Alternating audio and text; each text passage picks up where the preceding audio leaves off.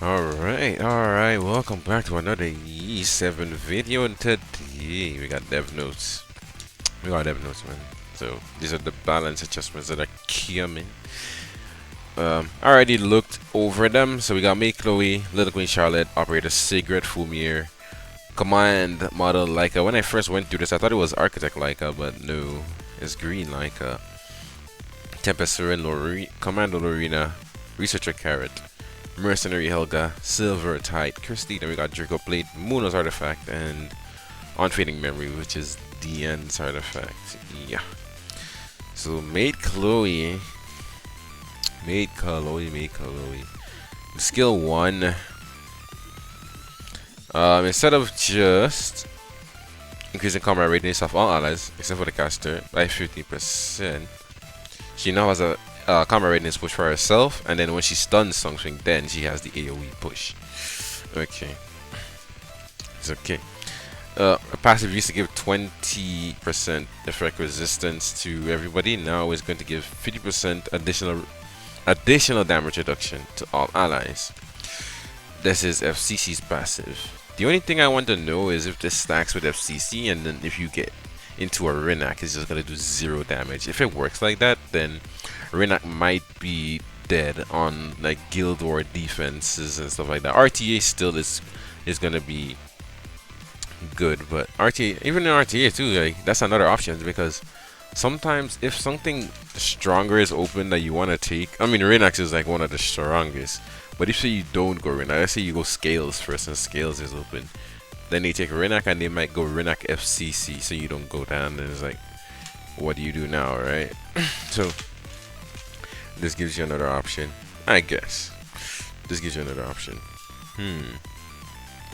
If it does stack though, the Renak might be dead on Guild War defenses, but we'll see how that works. Her passive is also getting more healing to it, which is going to be tied to another artifact coming up as well, one of the 2 artifacts, right? Okay. Now VIP treatment, which is the skill 3, is losing cooldown, so it's going from a 5-turn to a 4-turn cooldown, which is good. She's also getting a stat change to Gemini, which is going to DN's stat line, right? So she's gonna have DN stat line, DN and Blue Elena, those 2, right? Entertains all allies with VIP treatment, reviving them by an extra 10%, so you go to 30% health, right? I think that's the same as Destina's when they revive, I think, right? And then 3 turns, granting increased defense instead of increased attack. Now initially I was kind of not liking the defense buff, because I was like, okay, we revive, we're already at low health, it's better that we try to regain the tempo and close out the match. But I think defense buff might just be better, because you get the survivability. No, it doesn't. I don't think this applies to the ones that you revive. I think it's only the living allies that get the defense buff, but it will help them stay alive longer, which I guess is better. You know, you can get an attack buff all you want, but what if you just, because assuming, let's just assume 2 of your people die, the next 2 are probably low as hell, right? So defense buff will help with survivability, so I think I will enjoy this more. Yeah, so make Chloe Opsig.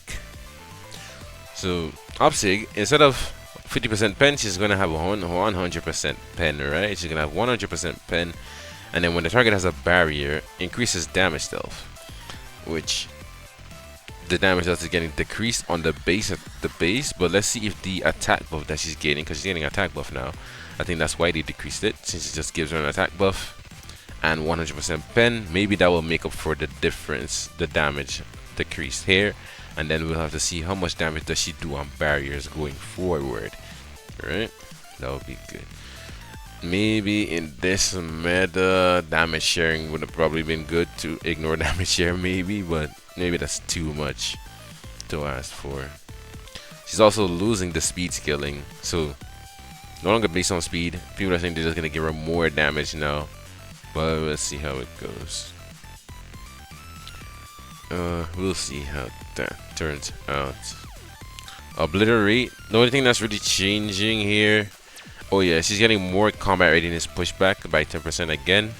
So it's 30% pushback now instead of 20. And she's getting damage dealt increased because she's losing speed scaling. Alright, she's losing speed scaling. And the soul burn is changing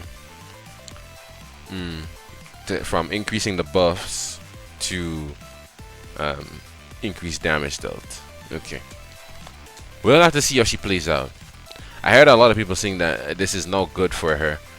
But we'll have to see. Let's just see. Well, let's wait. Let's see the damage. Just see how it works out, man. And we'll see how good she is. Little Queen Charlotte, though, she's looking pretty good on paper, right? So this used to be crit damage reduction from critical hits, right? And then damage reduction when critical hit. And then when an ally except for the caster suffers a critical hit, grants 50% damage reduction, alright? And for herself, when suffering a critical hit, grant 30% damage reduction. So 30% for her, 15% for allies.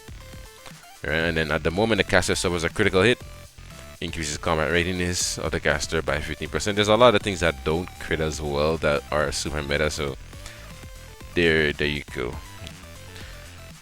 That's why they're changing her until now. First of all, she's gonna be immune to every well, not every control debuff, but the majority of all, 99% of control debuffs, so stun, sleep, and fear, right?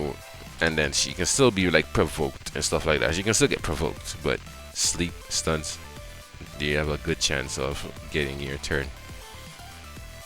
Provoke, redirect, to provoke, things like what Light Tenny has. If Light Tenny lands the redirected provoke, then that could screw up your turn. Depends on how it is, and if she lands the block as well, then yeah, you're done for. You can't be cleansed. When an ally is attacked, they grant 20% damage reduction. Okay, so she lost the 30% just on herself, and then 15% for allies, for a flat 20% for everybody, including her and her allies, right? Okay, that's pretty nice. She has mitigation for the team. This could also stack with things like Lady of the Scales and Aureus, because Aureus is damage sharing. This is damage reduction, so it's separate. Okay. After every attack suffered by an ally increases combat readiness of the caster by 10%. This is what ML Ilinov has as a passive, and you probably seen when you hit, like if you hit like an AOE with ML Ilinov there, you pretty much you see a zoom of the CR bar. So yeah, she probably won't need that much speed as well. We'll see how her damage is going, because her damage is not really changing. They're not really changing her damage. So this part here, many people are confused about this. Deals additional damage proportional to the caster's attack to all enemies except for the target, right? Penetrate the target's defense by 50%. It's still changing. And when the target is of the dark element, increases damage dealt. Okay, so basically this part here is you no longer need to hit a dark hero for it to get the splash damage. You just hit anything you want. You can hit a squishy target, and here you go. Since she has that damage reduction now, since she has that damage reduction in her passive and that cycling, you can probably play her into Cleave as well. Let her push up, because since Cleave is squishy, Cleave in the majority of the time they're squishy. Then you can try to pop damage the rest of their team. Okay, it will probably work out like that. 20 soul burn extra turn is going to change to skill cooldowns decreased by 2 turns. So that brings her skill to, I believe, a 2-turn cooldown. I think it's 4 turns, right, on Max Mola, or it might be 3. Is it 3? We'll have to check. Don't remember. But okay, Fumir.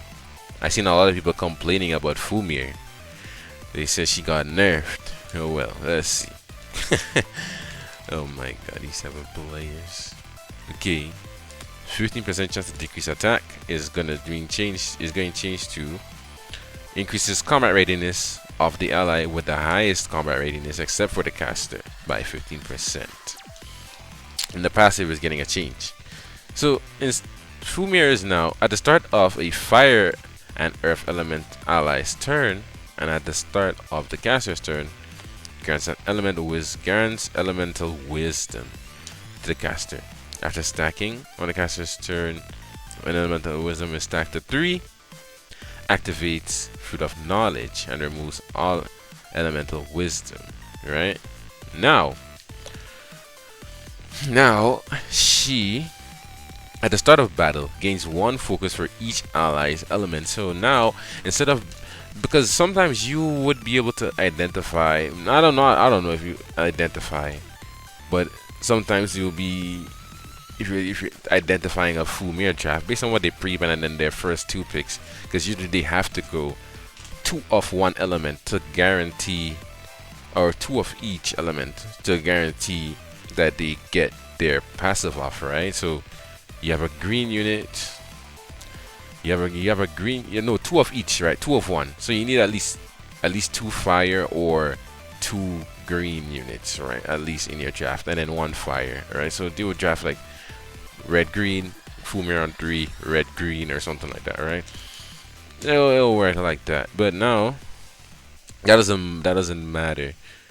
That doesn't matter. So she works with all elements now. So Rainbow Team, you can pick whatever you want. You can go FCC for, you can go FCC Muna, you can go Pera, and Tenebria. You can do whatever you want, right? Alright, so at the start of the battle, gains 1 focus for each ally's element. So if you have each ally, right? They never said excluding the caster. So Fumir is 1. Let's say you have ML Pera to push the Fumir up. Maybe the Fumir is also on prayer beads or something. Not prayer beads. Keystones. You have Fumir herself. That's 1 focus. You have the ML Pera who's dark. That's 1 focus. Let's say you have Tenebria. We're just saying, right? Because you're doing like a control kind of thing. That's 3 focus. Right? And then you have another element. You have another element. So no, that's 4, because Fumir, Pera, Tenebria, yeah, and then 1 more person. That's 4 focus. Yeah, 4. And then at the start of Fumir's turn, she's gonna get 1. So it's really good. People are saying this is worse than what she had before. I don't think so. I don't know why people are saying that. But yeah. Okay, at the start of the turn, gains 1 focus, yeah, and after attacking, when focus is full, consumes all to activate Fruit of Knowledge. Fruit of Knowledge dispels all buffs from all enemies, and has a 100% chance to inflict sleep for 2 turns, before 85% chance to decrease defense. Alright, now people are saying they want this to be a 100% chance as well on defense break. Like, this thing is, like, being 2 turns slept with defense break on you is kind of crazy. Attacks the enemy with illusion, dispelling 2 buffs before increasing skill cooldowns by 1 turn, so skill pushback, and decreasing combat readiness by 40%. Okay, from 30, yeah. Inflicts 2,000 additional damage for each focus. So she's gonna have 5 focus. If you put her in a rainbow draft, right? She's gonna have 5 focus, because she's gonna take the turn. She's gonna get 4 at the start, and then she's gonna take the turn, and there you go. You have your 5 focus, and so if counting at 5 focus, that's 10,000 fixed damage. Basically, what MLK1 used to be. That's a lot of damage. Now people are saying, well, obviously things like Solitaria, if they go Fumir before you, like before you on 3, then you can go Solitaria to try and stop it. Maybe there's that, but you can also counterpick that with like a Lionheart or something into the Soli. That will be one of your light elements as well. A light element for you. What else? Somebody was saying that she lost her defense on her passive, like defense stacking or something like that, and I was like, this is way better. This is way better, because not only is she getting all of these buffs, she's also getting her stat change, and now her base speed is gonna go from 115 to 120 base speed. So you can have a 300 plus Fumir and she just presses skill 3 because she has a rainbow draft, she has her 4 focus, and then she presses on her turn she's gonna get 5, and then she just presses. Alright, she presses and then boom, 10,000 fixed damage on whoever that is, and then the rest of your team is gonna go into sleep. They're going to 2-turn sleep. Now obviously you see people say, okay, there's obviously a lot of things in the meta right now, right? There's FCC that cuts fixed damage in half, so that's gonna go down to 5k. You're still gonna get AoE slept by 2 turns and defense broken. There's a Dragon King Sharoon. There's a possibility that Dragon King Sharoon, because it's harder to sniff out a Fumir draft now, right? That's what people were saying. Dragon King Sharoon is either she's gonna get banned, or she's gonna, or if she doesn't have like somebody like FCC or the new mate Chloe on her team, something like that, or Lady of the Scales. A lot of, actually, now that I think about it, there's a lot of things there that could kind of slow her down a bit. Sea Phantom Politis, obviously, if she becomes popular, you know a lot of Sea Phantom Politis is gonna show back up. Solitary of the Snow we mentioned, FCC we mentioned, but that still gets slept. Dragon King Sharoon, yeah, but it depends on the situation. If there's no mitigation, the Fumir is just gonna S3 into the Dragon King Sharoon, and she's gonna take 10k fixed damage, and if she already taken damage before that, she's gonna die, and then your team is slept with AoE slept. There's a chance if they make her with high F that she tags also things like she tags like Acades and things like that, right? It depends. Like your cleanser getting tagged and you're pretty much screwed. So yeah, it depends. There's a lot of situations that slow her down, and there's also a lot of things that even though they slow her down, you might still be in trouble, right? Because like, okay, she doesn't land the kill with the skill 3 with the fixed damage. Okay, your AoE slept for 2 turns, and you have defense break on you. So I think this could turn out to be very good. Alright, I think it could turn out to be very good. It could also turn out to be you know, it depends on how the meta shifts, around her. But needless to say, it seems like a good set of changes for Fumir. Green Leica.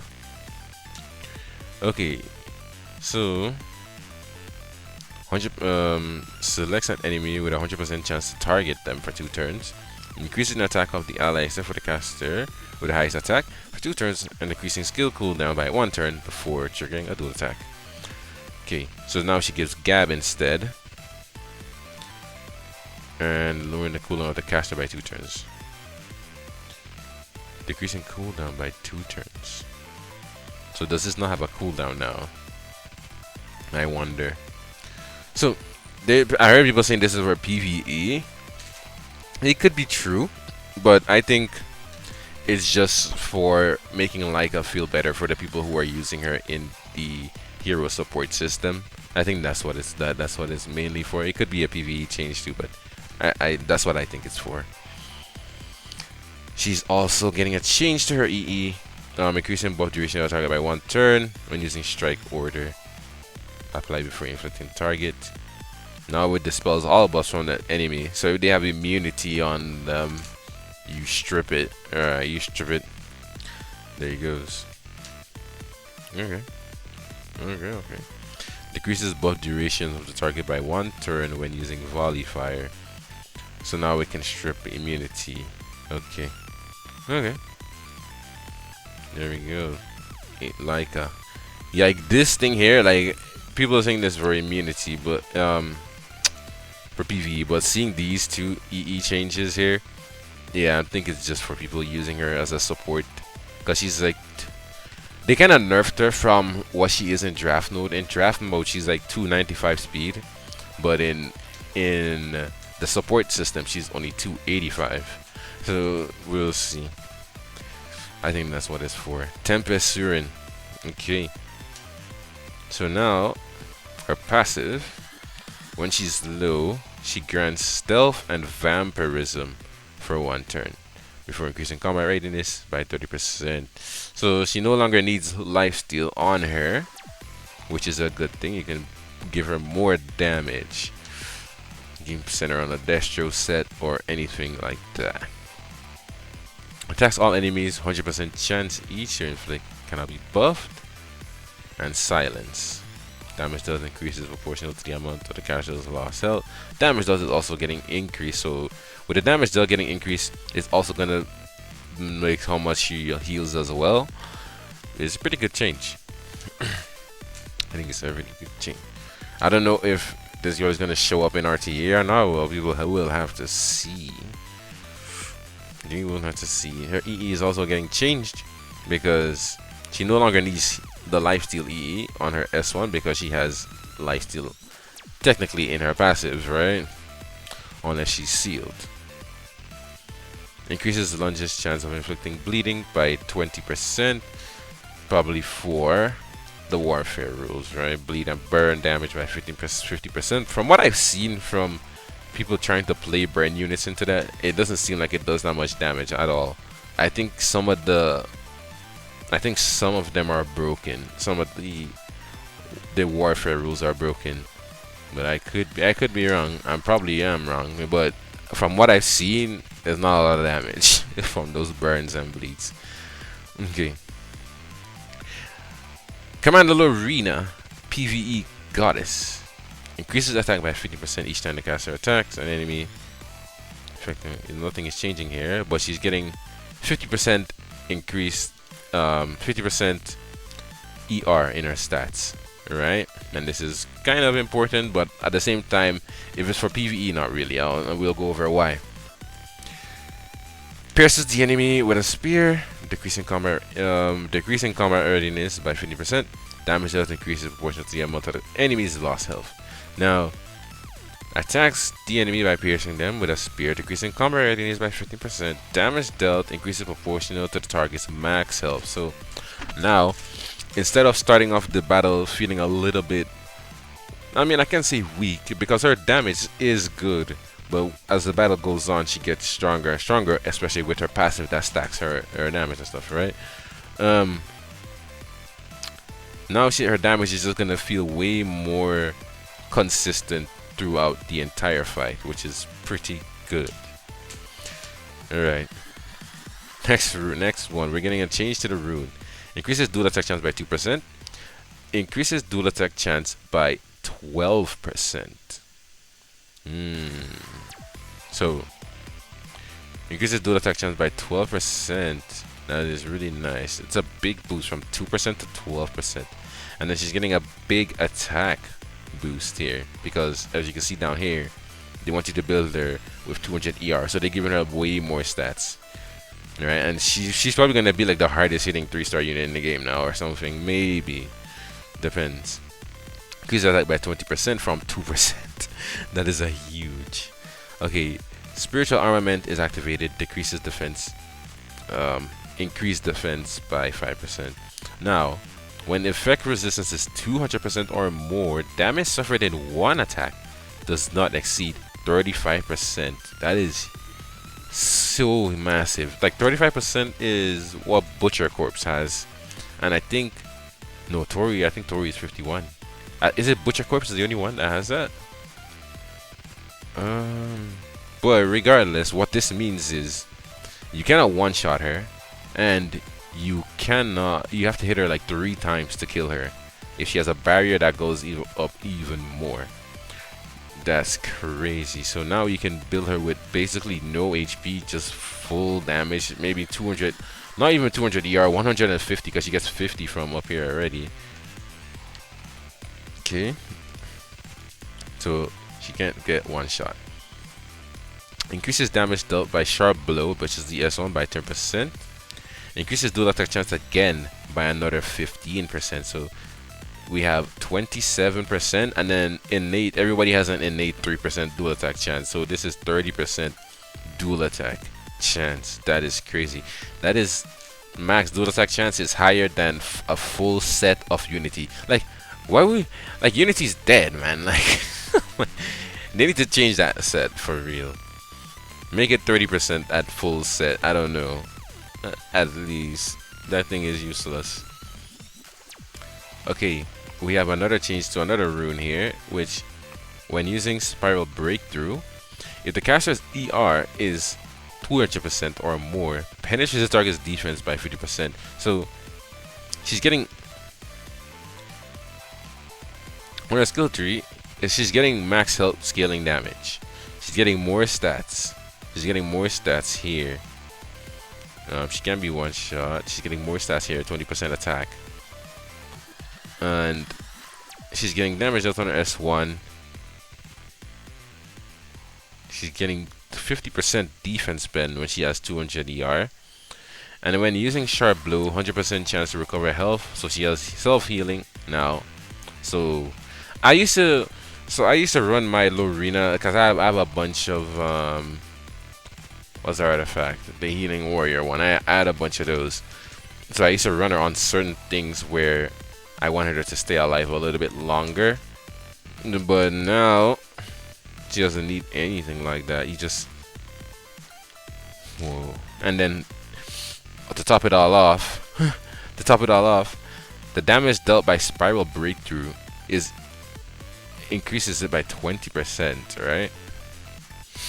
Now, it used to be just by bosses. It used to just be for bosses, but now it's just everything. Everything, getting 20% extra damage. Okay, which is pretty good. Like, they make it feel way more consistent, like I said, with this HP scaling damage and stuff as well. So Lorena is looking quite strong. People are seeing, like, I've seen complaints about her as well. It's so funny. Like, how can you complain about this? People are saying, well, she's bad now. You have to build her with ER. No, you don't, and I will talk about why. Okay, in PvE at least, you don't have to give her any ER. Researcher Carrot. This one I've been seeing people say is a nerf as well. People are saying it's a nerf. Like, people need to wait. People just need to wait and test things. All right. Okay. So she's losing the speed down, which I guess is huge, right? And now she has burn on the S1 instead of speed down, which I guess is they're trying to make you use her in the warfare rules with the burn rule. But I think this is mostly just for Trial of Constellations. There's sometimes if you don't have like a super strong carrot, your burn will go off, and sometimes one of the ads will stay alive by a little bit, and then having that burn on the S1, it will S1 burn it and auto detonate it right there, which is cool. If we're detonating burn FX, okay. I don't know. The speed down could have been good as well, but some people don't like that it's going away. I can't be mad at that. The passive. At the moment the caster, at the moment of being attacked, grants a barrier proportional to attack for 1 turn, and inflicts burn on the attacker for 1 turn. After being attacked, grants increased attack and a barrier proportional to attack for 1 turn, and inflicts burn on the target for 1 turn.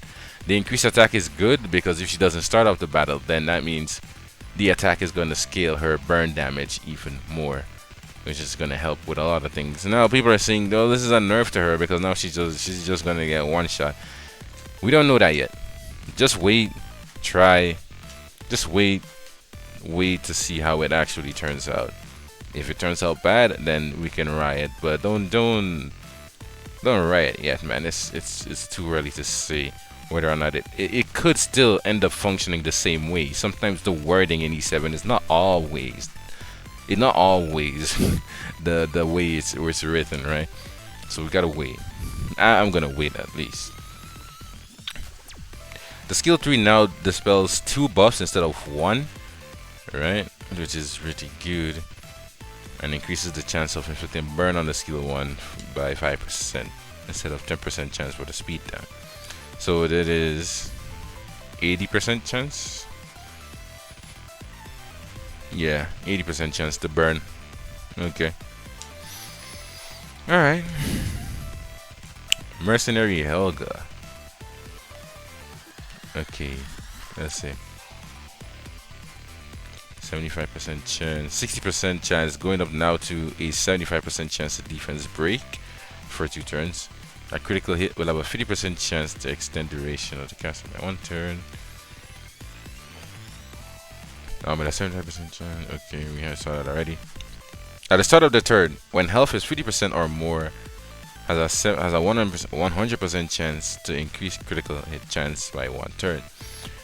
Okay, so instead of 70%, because it's possible to get attacked twice or take some fixed damage, and now you're below this and you don't get the proc, right? So having it at 50%, it will make it activate a little bit easier. Okay. If all allies are of the earth element, increases the effect chance of decreased defense by 25%, so it goes up to 100% chance to decrease defense. I think this is just for Earth Expo, so there you go. Sometimes, but now that we're getting AI, like she could be really good as well in AI for the warden, for the blue warden, more consistent at least. So yeah, for now she's not all that useless, you know. People are saying it's whatever. It's kind of just a buff for more consistency for people who use her. She could be really good for newer players in the expeditions, the blue expedition. And again, if you're going onto the green team for the water warden, the green team, you can put Helga in there. It's pretty good. Pretty good. You know, Silvertide Christie, this one is a good one.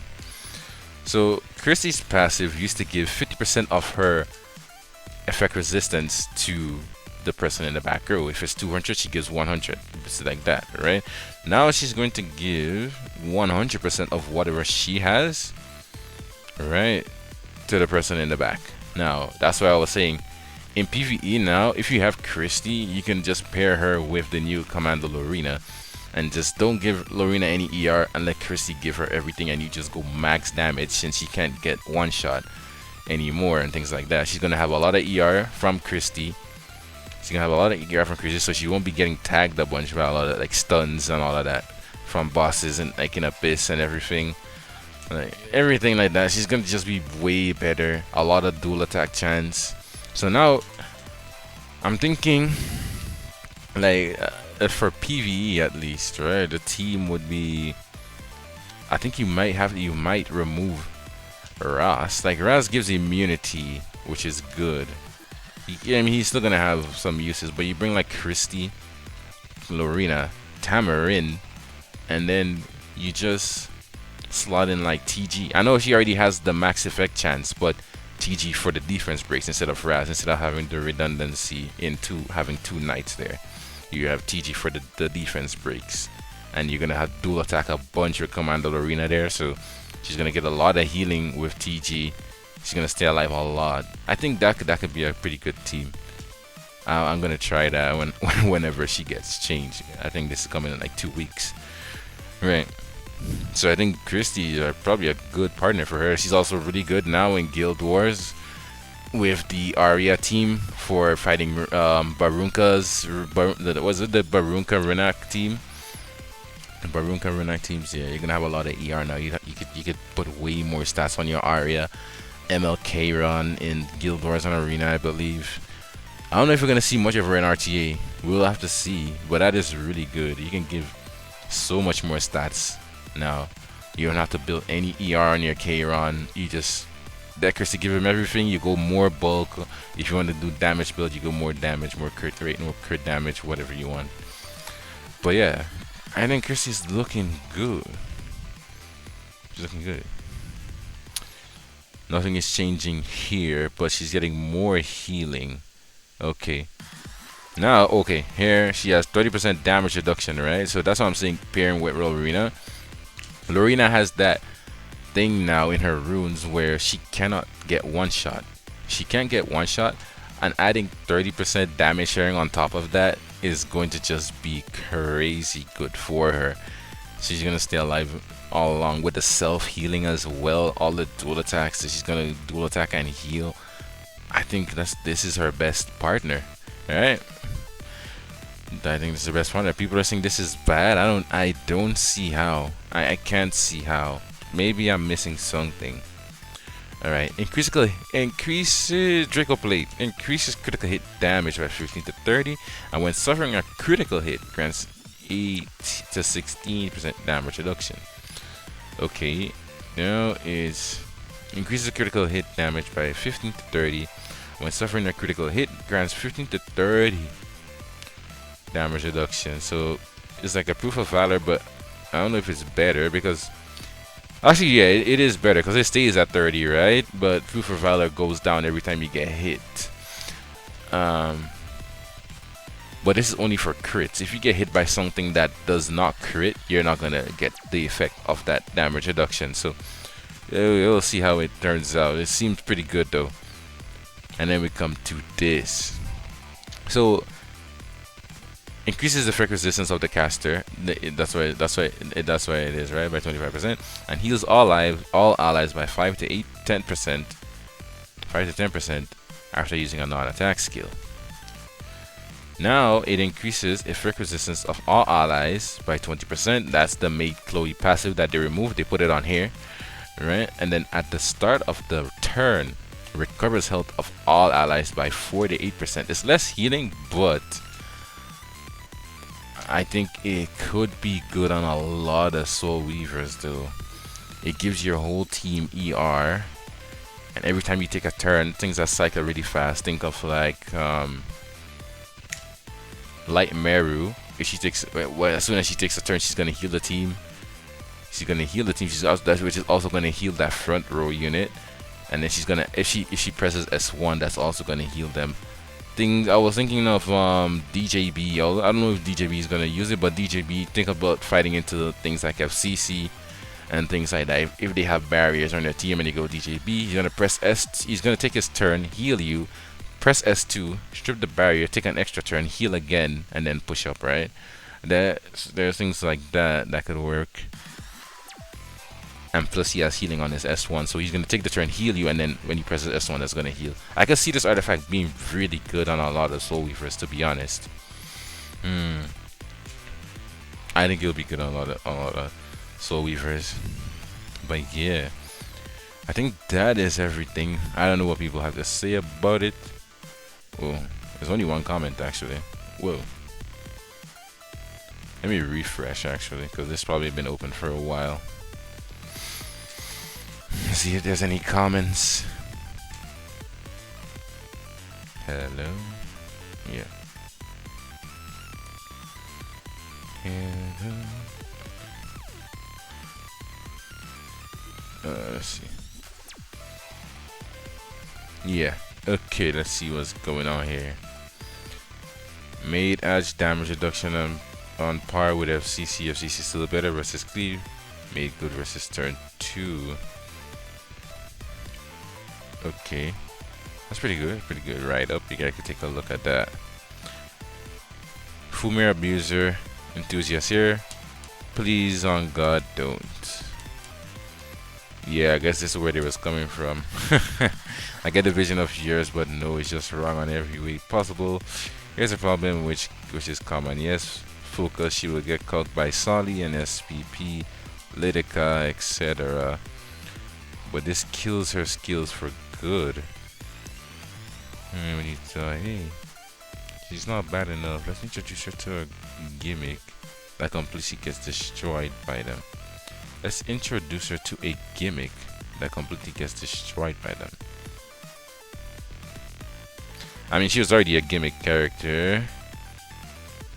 You know, the small bit of people might not know is her elemental mastery. Yes, her unique buff icon. Yeah, but to remove also granted her defense bonus. Bro, bruh. There's no point in like. Anyways, the thing is, right? Fumir is also getting a lot more base speed, so you can see her around the 300 pluses. So all you can probably just give her now is maybe speed and F, right? You can see her 300 plus.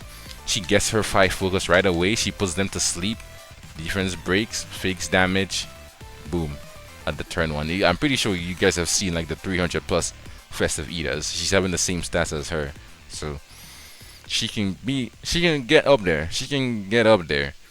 So they're trying to make you like go more aggressive with her even more. So yeah, I think people are just they're focusing on way too many small things. You're focusing on her and not having defense. Okay.